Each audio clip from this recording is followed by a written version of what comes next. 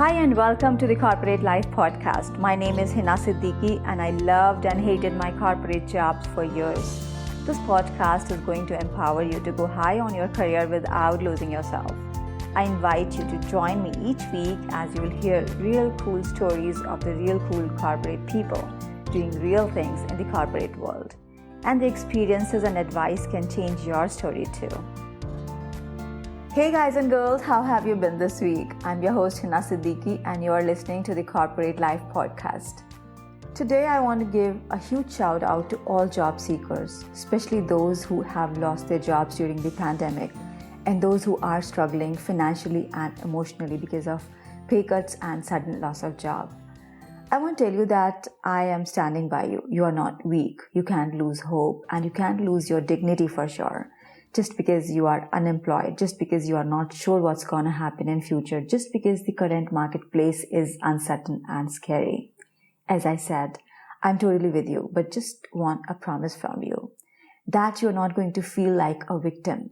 No matter how hard the situation looks like, you will stay strong and keep taking the right action. I know it's hard to suffer. It's hard to feel uncertain and insecure. I totally get it. But if you do the right things and keep moving in the right direction, things will certainly change for you before you know it. Now, what do I mean by right things and right direction? That's what I'm going to talk about in this episode. So stay tuned with me until the very end. Let's get started with today's topic. In episode number 2, I'm talking about 1, how you can be and stay dignified in your job hunt. And 2, what are the right things that you can do to get a fabulous job super fast. Now, the first thing first, I want you to not lose your dignity during this difficult time. Remember, if you won't respect yourself, no one else will. I see people doing desperate things in order to quickly get a job. And the fact is that desperation delays everything. I repeat, desperation delays everything. No recruiter or hiring manager wants to hire a desperate candidate. If you are contacting anyone and everyone in your network or in your friend's network or on your LinkedIn posts requesting to help you get a job, please stop doing that. That shows nothing but desperation. Yes, asking for help is great, and I strongly believe that we all human beings have rights on each other, and we must ask and offer help to anyone in need. But don't do that from a weak position as if you are a victim. There's a very thin line between seeking help and begging. And I'm sorry to use that word, but it's important. I keep seeing posts on LinkedIn by a few job seekers talking about their financial distress and problems, rejection stories, complaining about just anything and everything. And it really turns me off. Do you really think that anyone can ever get a significant job by taking this weak approach? Of course not. This stuff never works. Yes, it can get people some sympathetic attention for a while, but nothing more than that. This can't take anyone far in their job search. I come across a lot of inappropriate content on social media posted by job seekers complaining about the recruitment process, recruiters, hiring managers, where they're painting a picture of injustice and victimhood. Social media is a great tool to create your personal brand, so use it positively. I understand and agree that some recruiters and hiring managers may be harsh. These people may have been felt humiliated or offended by a few of the company policies and behaviors of the management in the past jobs. But what's gonna happen if they openly and negatively talk about that on social media? Yes, doing this may start a movement and they might feel good about raising a voice, but if you look at it from another angle, it's all negative stuff, which is not getting them anything useful. Doing all that spoils their personal brand and shows them in a bad light. And if you're even supporting these posts by liking and sharing, it can catch the eye of the hiring managers and recruiters. As per a study, 7 in 10 employers admit to screening a job candidate's social media presence as part of the hiring process. So please refrain from any negative activity on social media. This can hurt your job search. One more thing that I frequently see is that many job seekers would send their resumes in direct messages just randomly. I happen to receive a lot of resumes in my LinkedIn inbox every day. This does not help and it can't serve anyone. Spamming people does not help you. This only annoys them. Take this time for growing and preparing yourself gracefully. I challenge you to use this time to groom yourself to the extent that they want to hire you and you have the option to choose. Once you drop the anxiety and desperation, you will suddenly start seeing right opportunities everywhere, and that's what you want, right? Now, what are the right things to do in a job hunt? I'm gonna talk about it next. The two most important elements of a job hunt are resumes and interviews. Do you know that on an average, each corporate job offer attracts 250 resumes? Of those candidates, 4 to 6 will get called for an interview and only one will get the job.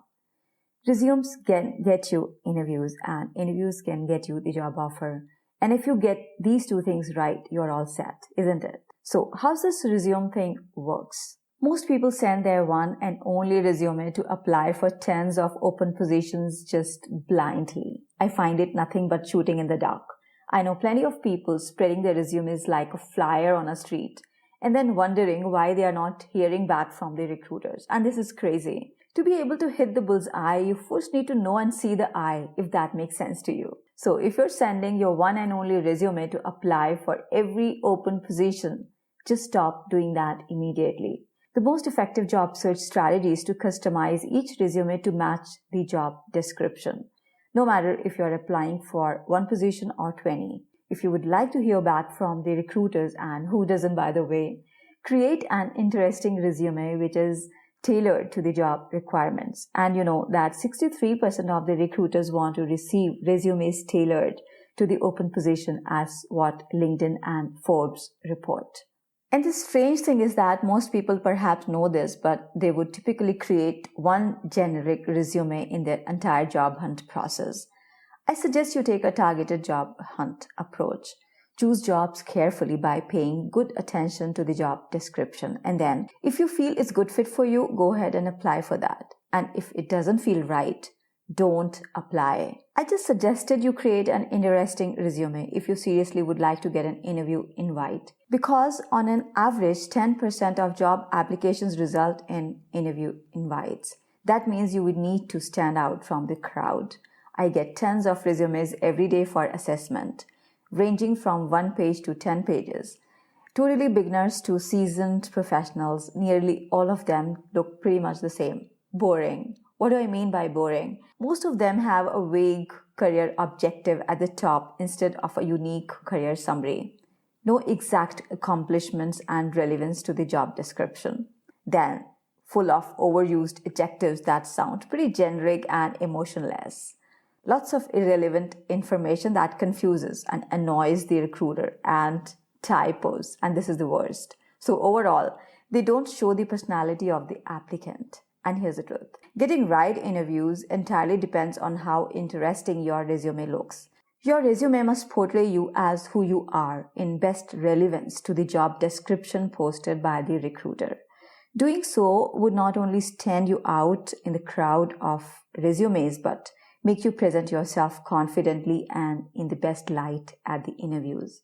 One more mistake that people usually make on their resume is that they use their photo on their resume. And here's the thing. Adding your photo on your resume could hurt your chances of getting an interview invite unless you are applying for the position of an air steward or actor. A photo on a resume can distract recruiters from checking out your skills and credentials. Resume photos could confuse applicant tracking systems, which are usually used to manage and filter resumes, as they are typically meant to read text. The good professional places to put your photos are your LinkedIn profile and your website if you have one. Then comes the most scary thing for most job seekers, interviews. The best advice I can give you about this is that interviews are just conversations. They are not interrogations. The only person who can make this an interrogation is you and you alone. And what do I mean by that? Most people are scared of interviews and interviewers, and that shows in their body language. I have hired many teams during my corporate jobs, and I'm telling this with my own experience. The normal interviews were like, I asked a question, they replied in the least possible words, and then complete silence. It felt like a meditation hall. They kept staring at me, waiting to be asked another question. Then I asked another question, again, a short answer, and then silence. It was quite irritating for me. I was expecting a good conversation where they would voluntarily share their relevant experience and thoughts and give their own unique opinions and ideas to add value to the conversation. An interview is not a school exam. Don't put the recruiter or interviewer at the pedestal because they are not any superior to you. The interviewer is just a normal human being, as you are, doing his or her job to fulfill that position. So you both are just equal. So the best interview strategy is to look at them as a friend, a professional friend. Yes, see them as a friend, but please don't start getting too personal with them. I remember my last job interview at an organization called Bureau Veritas, a French multinational. The position was French translator. As we all have self-doubts, I too was not very sure as I had never done any translation work before. When I entered the room, there was a lovely girl who was half American and half French. She had an amazing energy that I could instantly feel. I love languages, and let me tell you that I have been really passionate about the French language. At first, I thought I had no chance, but a certain second thought struck me that even if I am not too perfect with my French and I might lose it, but still I have an amazing opportunity to practice my speaking French and have a lovely discussion about how much I love this language. For over 20 minutes, we kept discussing my experiences of learning the language and how much fun I had in France. There was no fear of getting or not getting the job. I was just enjoying myself. When I left the room, I was certain that I'm not going to get the job. But guess what? A few weeks later, I got the offer. Not because I was perfect, but because I could manage to form an emotional connection with my interviewer by being myself and seeing her as a friend. Did I know all the answers? Not at all. In fact, I did not know most of the answers, but I honestly expressed my desire and commitment to learn at the job at the right places during the entire conversation. So, you have a much greater chance of getting selected when the interviewer likes you over other candidates and not because you are best suited for the job. The next thing I want to talk about is knowing your worth. I've seen thousands of people underselling themselves at job interviews.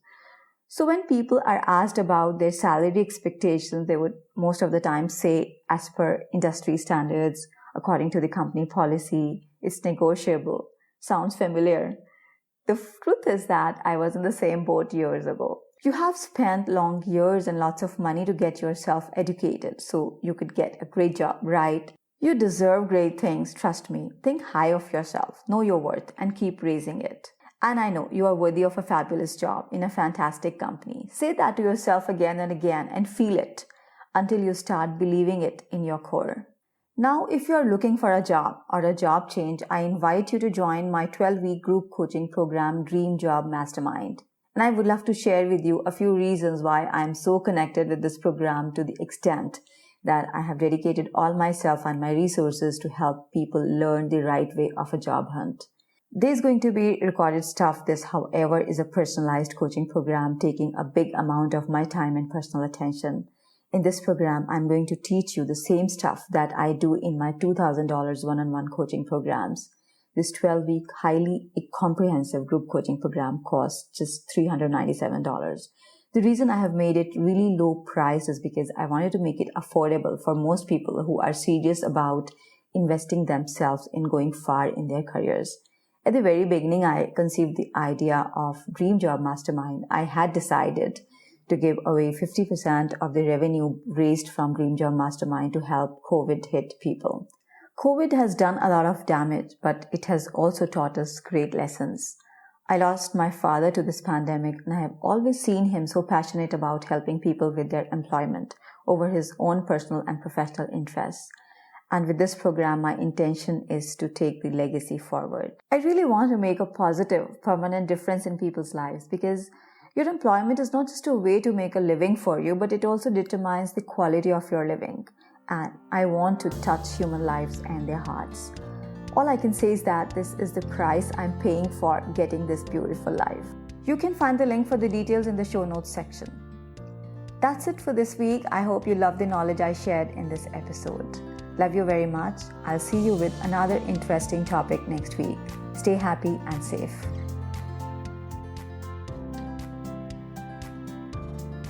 Thank you for tuning in. I invite you to subscribe to this podcast and go to my website authorhina.com for career-changing tools and resources. And don't forget to check out my latest book, Secrets of the Six-Figure Employee with Zero Stress. It's available on Amazon.